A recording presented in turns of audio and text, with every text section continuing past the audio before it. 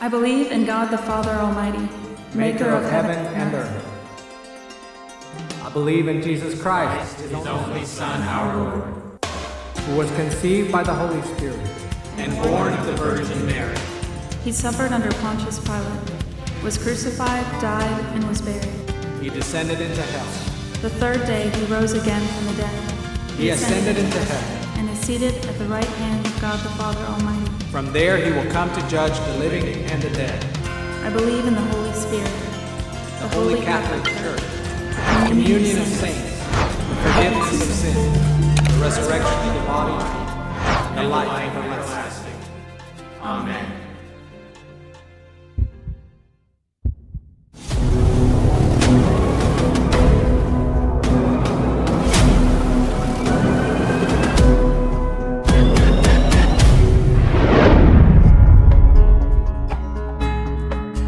Sejauh ini dalam pelajaran ini, kita telah menyelidiki natur dari Allah kita yang bersifat Tritunggal dan karakteristik-karakteristik dari pribadi ilahi yang dikenal sebagai Bapa yang Maha Kuasa. Sekarang kita siap untuk beralih kepada topik ketiga kita, peran Bapa sebagai Khalik langit dan bumi. Pembahasan kita tentang Bapa sebagai Khalik langit dan bumi akan berfokus pada tiga faset dari pekerjaan penciptaannya. Pertama, kita akan merenungkan karya penciptaan Bapa. Kedua, kita akan berfokus pada kebaikan dari ciptaan. Dan ketiga, kita akan berbicara tentang otoritas Bapa atas ciptaan. Mari kita mulai dengan merenungkan karya penciptaan yang Bapa lakukan.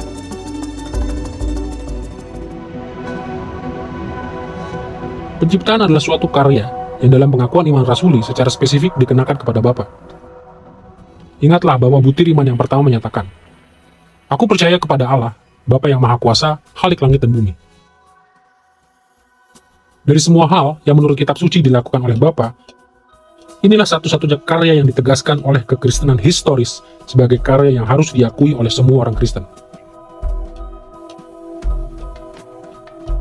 Kebanyakan orang Kristen tidak asing dengan konsep bahwa Allah menciptakan dan menopang alam semesta, terutama karena kitab suci begitu sering menyebutkannya. Bahkan jika kita membuka halaman pertama dari Alkitab, kita akan mulai membaca hal pertama yang diberitahukan kepada kita adalah bahwa Allah adalah Khalik langit dan bumi.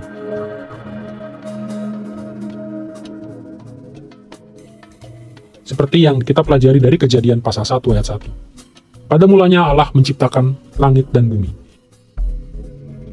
Setelah ayat pembukaan ini, seluruh Kejadian pasal 1 menjelaskan bahwa Allah menciptakan dan mengatur alam semesta ini di dalam rentang waktu 6 hari.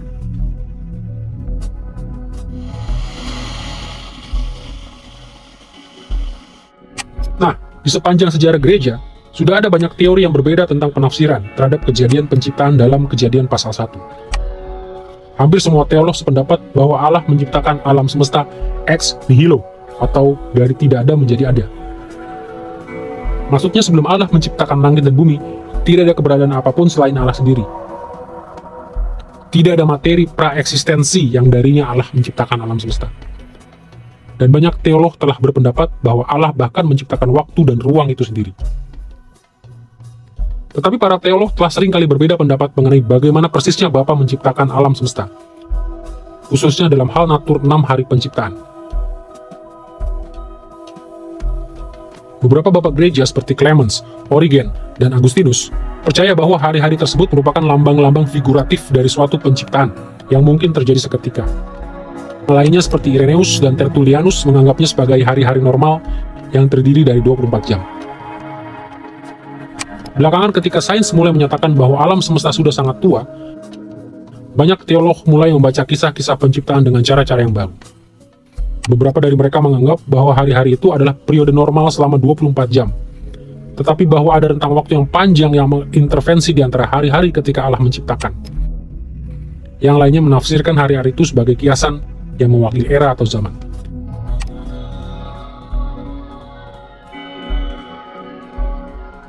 Tentu saja isu tentang hari-hari penciptaan dalam Kejadian pasal 1 merupakan suatu isu yang hangat yang telah menjadi sumber dari banyak perdebatan. Saya rasa salah satu isunya adalah jenis literatur apakah ini? Apakah ini merupakan literatur yang dibuat untuk memberikan suatu fakta indrawi, fakta yang berhubungan dengan indera-indera? Atau apakah literatur ini dibuat untuk mengajarkan fakta-fakta rohani. Nah, kita tidak seharusnya memisahkan keduanya. Allah adalah pencipta dari dunia ini, dan kedua fakta itu seharusnya sejalan.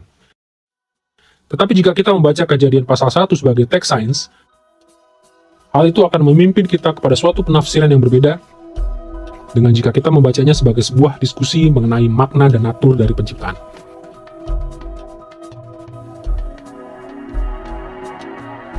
Bagi jemaat mula-mula dan cara mereka menggunakan pengakuan iman rasuli, yang tampaknya menjadi hal terpenting adalah bahwa orang-orang percaya mengakui bahwa Allah dan Allah sajalah yang dipimpin oleh pribadi Bapa yang menciptakan dan menopang seluruh alam semesta, termasuk ranah rohani dan materi, dengan semua substansi dan makhluknya.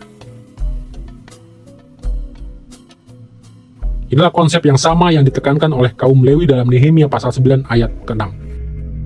Simaklah kata-kata mereka. Hanya Engkau adalah Tuhan. Engkau yang menjadikan langit, ya langit segala langit dengan segala bala tentaranya, dan bumi dengan segala yang ada di atasnya, dan laut dengan segala yang ada di dalamnya. Engkau memberi hidup kepada semuanya itu, dan bala tentara langit sujud menyembah kepadamu.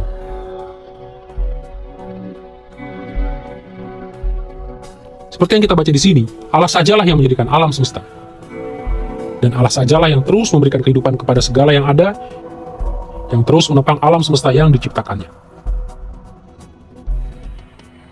Nah, hal penting yang perlu dikemukakan adalah bahwa meskipun Bapa menjadi pemeran utama dalam menjadikan dan menopang langit dan bumi, tindakan-tindakan ini melibatkan seluruh pribadi Tritunggal dalam berbagai cara.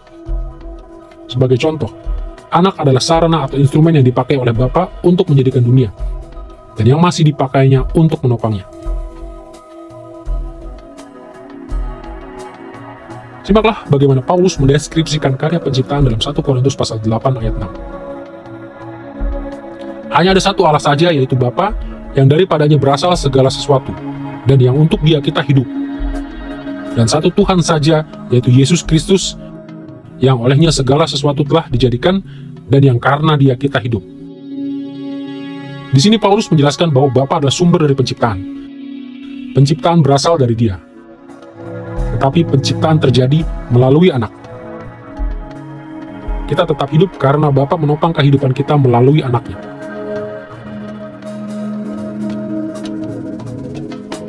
Keterlibatan Roh Kudus disebutkan secara kurang eksplisit dalam kitab suci. Keterlibatan Roh Kudus terutama diimplikasikan dalam nas-nas Perjanjian Lama yang merujuk kepada pekerjaan Roh Allah. Selama Perjanjian Lama, Roh Kudus belum dengan jelas diwahyukan sebagai pribadi Allah yang berbeda. Walaupun demikian, Perjanjian Baru mengajarkan bahwa Ia sudah aktif melaksanakan kehendak Allah di dalam dunia. Kita melihat hal ini di dalam nas-nas seperti Markus pasal 12 ayat 36 yang berbicara tentang Roh Kudus yang memberikan inspirasi kepada para penulis Perjanjian Lama. Dan Kisah Para Rasul pasal kedua ayat 2-17, di mana Petrus mengajarkan bahwa Roh Kudus adalah sumber nubuat dan pemberian karunia rohani bahkan selama masa Perjanjian Lama. Jadi, ketika kita membaca catatan-catatan Perjanjian Lama mengenai Roh Allah, adalah beralasan jika kita menarik kesimpulan bahwa catatan-catatan itu menjadi bayang-bayang dari wahyu yang lebih jelas di kemudian hari, bahwa Roh Kudus adalah pribadi Allah yang berbeda. Sebagai contoh, di dalam Kejadian pasal 1 ayat 2-3, kita membaca catatan ini. Bumi belum berbentuk dan kosong, gelap gulita menutupi samudera raya, dan Roh Allah melayang-layang di atas permukaan air. Berfirmanlah Allah, jadilah terang. Lalu terang itu jadi. Kata-kata Roh Allah secara harfiah merujuk kepada Allah di dalam ketiga pribadinya. Tetapi dari perspektif Perjanjian Baru kita bisa melihat adanya penekanan pada aktivitas dari pribadi Roh Kudus di dalam kata-kata itu.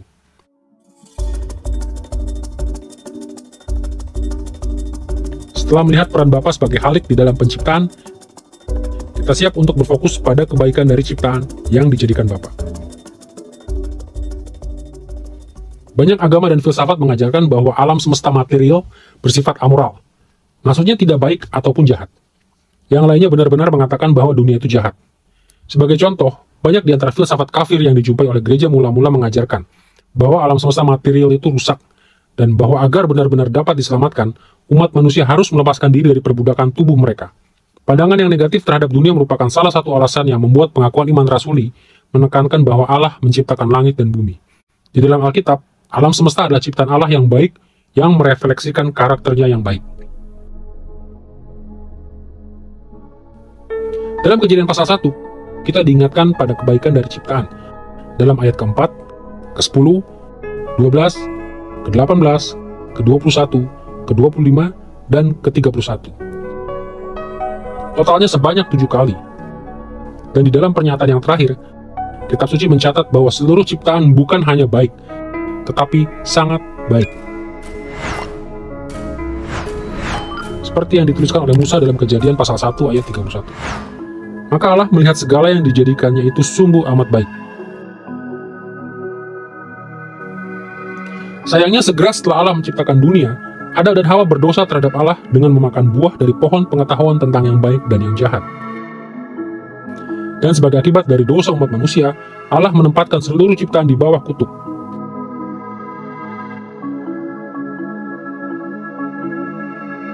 Satu teks yang membicarakan hal ini adalah Kejadian pasal 3 ayat 17 sampai 19, di mana Allah mengucapkan kutuk ini kepada Adam. Terkutuklah tanah karena engkau. Dengan bersusah payah engkau akan mencari rezekimu dari tanah seumur hidupmu. Semak duri dan rumput duri yang akan dihasilkannya bagimu. Dan tumbuh-tumbuhan di padang akan menjadi makananmu. Dengan berpeluh engkau akan mencari makananmu. Karena dosa Adam, Allah mengutuk tanah sehingga pekerjaan bercocok tanam menjadi sulit. Adam dan seluruh umat manusia terpaksa bekerja keras untuk mencari makanan mereka. Dan kutuk terhadap tanah ini tidak terbatas pada pertanian. Kutuk tersebut mempengaruhi seluruh dunia di dalam semua aspeknya. Paulus menulis tentang masalah ini dalam Roma pasal 8 ketika ia memperlihatkan bahwa penebusan orang-orang percaya melalui Yesus Kristus pada akhirnya akan memimpin kepada pemulihan dari penciptaan itu sendiri.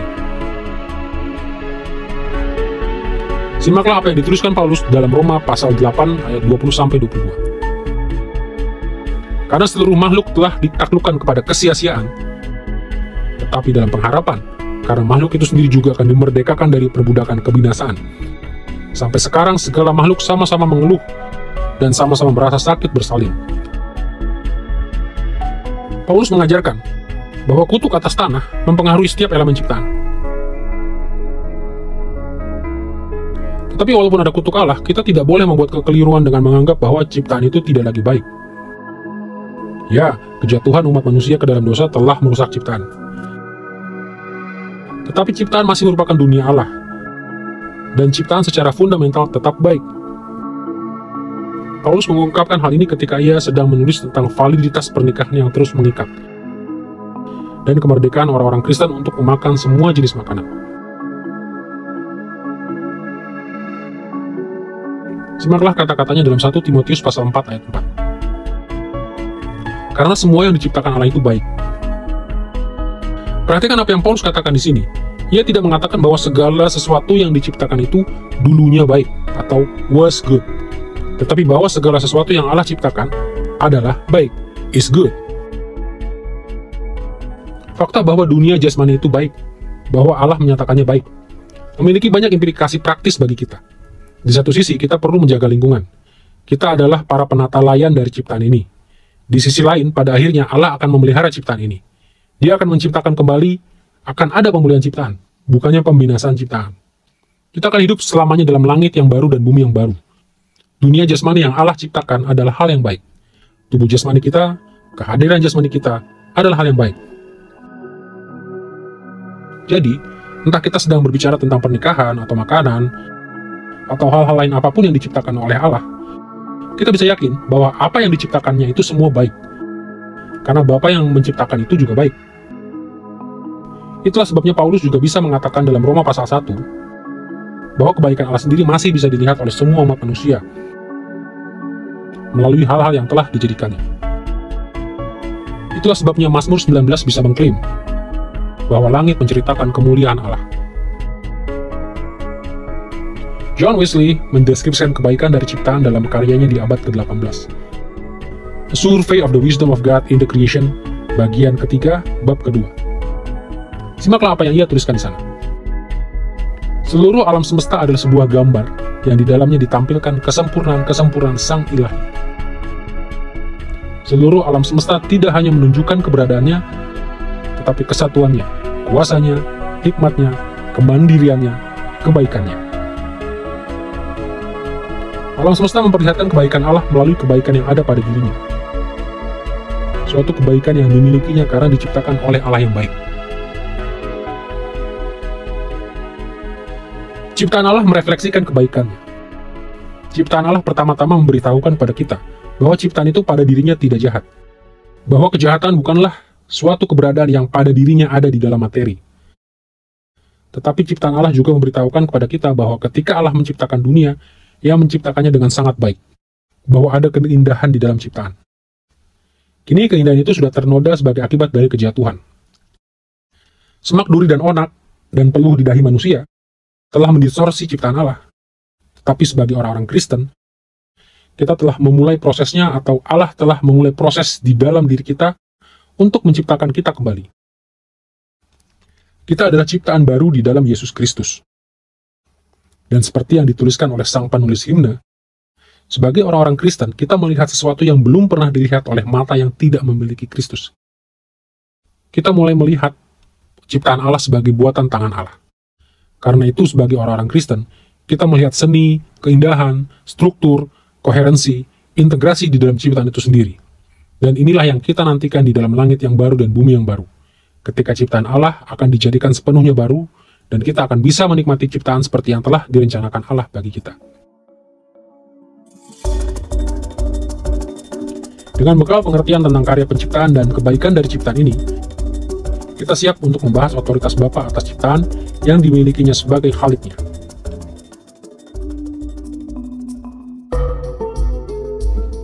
Ada banyak hal yang bisa kita katakan mengenai otoritas Bapa sebagai pencipta.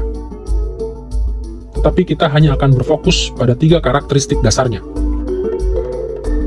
Otoritasnya itu mutlak, eksklusif, dan menyeluruh. Kita akan mencermati setiap konsep ini dimulai dengan natur yang mutlak dari otoritas Bapa sebagai pencipta. Otoritas Bapa itu mutlak dalam pengertian bahwa Ia memiliki kebebasan penuh untuk melakukan apa yang diinginkannya terhadap ciptaannya. Kitab suci sering membandingkan otoritas mutlaknya dengan otoritas seorang tukang periuk terhadap tanah liatnya. Kita menemukan deskripsi ini dalam Yesaya pasal 29 ayat 16, Yesaya pasal 45 ayat 9, Yeremia pasal 18 ayat 1 sampai 10, dan Roma pasal 9 ayat 18 sampai 24. Simaklah cara Paulus menjelaskan otoritas Allah dalam Roma pasal 9 ayat 20 sampai 21. Dapatkah yang dibentuk berkata kepada yang membentuknya, "Mengapakah engkau membentuk aku demikian?"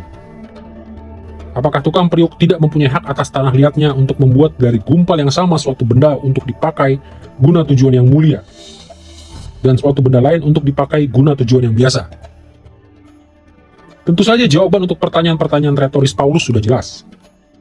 Karena Allah adalah pencipta semuanya, Ia memiliki kebebasan dan hak untuk melakukan apa saja yang diinginkannya terhadap ciptaannya.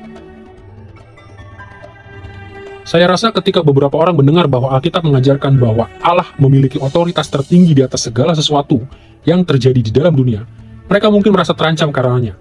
Mereka merasa gusar. Tetapi orang-orang Kristen, ketika kita berpikir tentang siapa Allah, seharusnya benar-benar merasa luar biasa bersyukur. Itu berarti bahwa kehidupan kita berada di tangan Bapa yang maha bijaksana, maha perkasa, dan maha pengasih, yang telah memberikan anaknya sendiri untuk kita di kayu salib.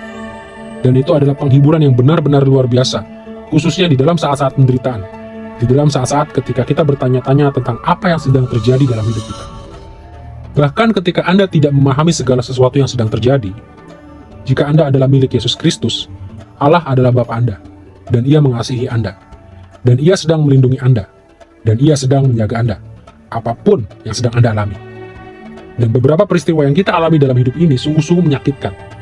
Tetapi apapun yang sedang Anda alami, Dia memegang kendali. Ia bahkan telah, dapatkah Anda menerima hal ini pada titik ini dalam hidup Anda? Ia bahkan telah menentukan hal ini untuk kebaikan Anda, untuk pengurusan Anda. Allah mengubah musuh-musuh dalam kehidupan kita.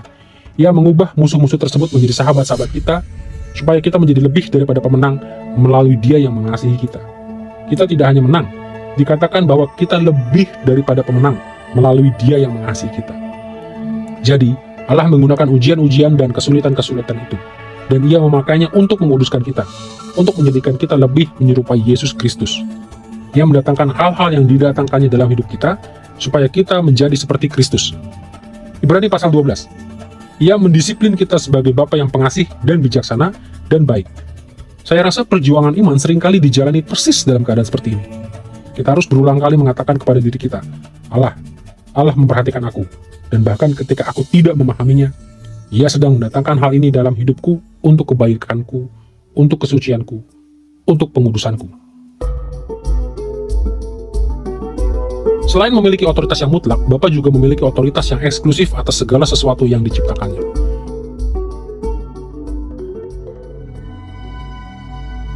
Otoritas Bapa sebagai pencipta bersifat eksklusif, dalam pengertian bahwa tidak ada ciptaan yang memiliki otoritas mutlak. Otoritas mutlak hanya dimiliki oleh Sang Pencipta, dan Allah adalah satu-satunya pencipta.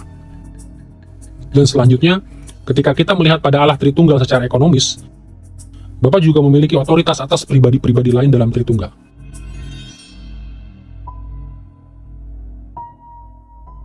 Sebagai contoh, simaklah kata-kata Yesus dalam Yohanes pasal 5 ayat 26-27. Sebab sama seperti Bapa mempunyai hidup dalam dirinya sendiri, demikian juga diberikannya anak mempunyai hidup dalam dirinya sendiri. Dan Ia telah memberikan kuasa kepadanya untuk menghakimi, karena Ia adalah anak manusia. Yesus mengajarkan bahwa otoritasnya untuk menghakimi dunia telah didelegasikan kepadanya oleh Bapa. Otoritas ini pada akhirnya ada di dalam Bapa dan merupakan prerogatif eksklusifnya. Tetapi Bapa menunjuk anak untuk menghakimi sebagai wakilnya. Kita menemukan konsep yang serupa dalam 1 Korintus pasal 15 ayat 24, di mana kedudukan Yesus sebagai Raja atas alam semesta ada di bawah kedudukan Bapa sebagai Raja yang lebih tinggi. Dan hal yang sama juga berlaku untuk Roh Kudus. Nas-nas seperti Yohanes pasal 16 ayat 13, Roma pasal 8 ayat 11, dan 1 Petrus pasal 1 ayat 2 mengajarkan bahwa Roh Kudus juga melakukan kehendak Bapa. Dan sama seperti otoritas anak dan otoritas Roh Kudus didelegasikan dari Bapa, otoritas dari makhluk-makhluk ciptaan juga didelegasikan. Para malaikat, para penguasa dunia, dan bahkan manusia biasa juga memiliki otoritas tertentu. Tetapi semua jenis otoritas ini didelegasikan oleh Allah, sehingga otoritas Bapa selalu lebih tinggi daripada otoritas ciptaan.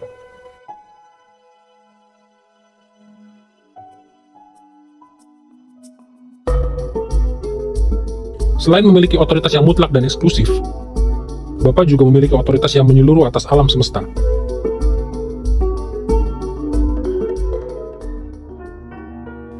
Ketika kami mengatakan bahwa otoritas Allah itu bersifat menyeluruh, yang kami maksudkan adalah bahwa otoritas itu mencakup segala sesuatu yang telah diciptakannya dalam setiap detail.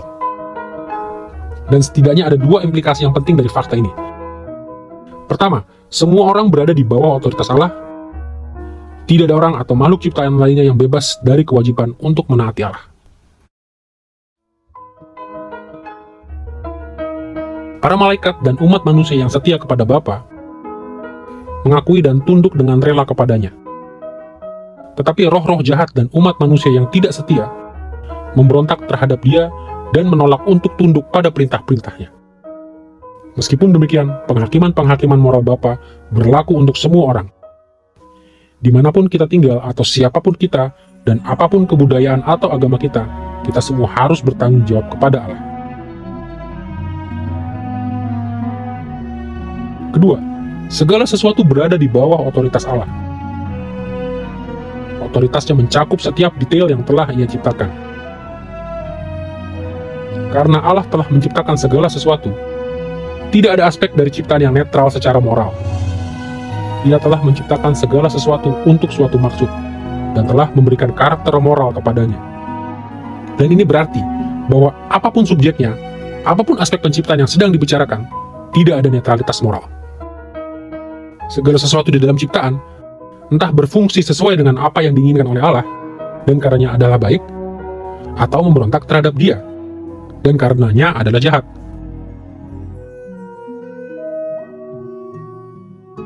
Di dalam dunia modern, banyak orang Kristen cenderung membagi kehidupan menjadi hal-hal yang sakral dan hal-hal yang sekuler. Kebanyakan dari kita menyadari bahwa hal-hal yang sakral seperti gereja, ibadah, penginjilan, dan pendalaman Alkitab berada di bawah otoritas Allah. Kita juga berjuang untuk mengakui perintah-perintah Allah dalam keluarga kita dan juga dalam pilihan-pilihan etis kita, dan memperlakukan keduanya sebagai hal yang sakral juga.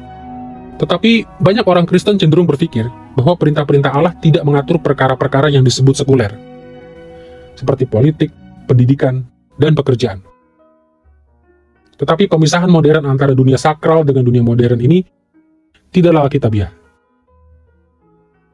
Nas-nas seperti Amsal pasal 3 ayat 6, Pengkhotbah pasal 12 ayat 14, dan 2 Timotius 3 pasal 16-17 menunjukkan bahwa Allah telah berfirman tentang setiap bidang kehidupan manusia, dan otoritasnya mencakup segala sesuatu yang kita lakukan.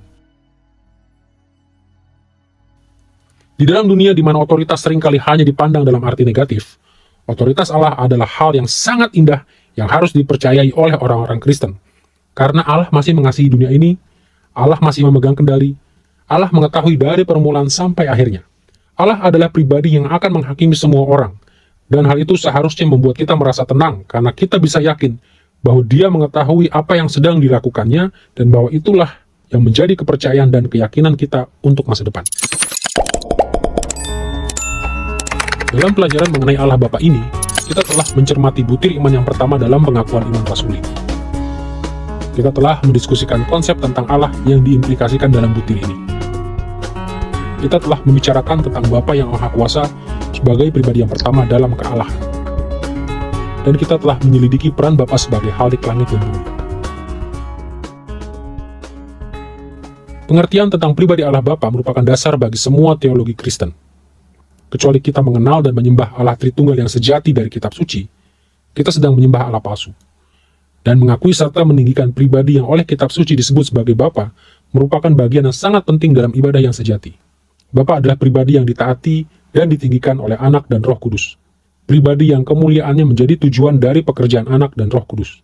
Dan karena itu ia harus menjadi fokus dari ketaatan, penghormatan, dan kemuliaan kita juga.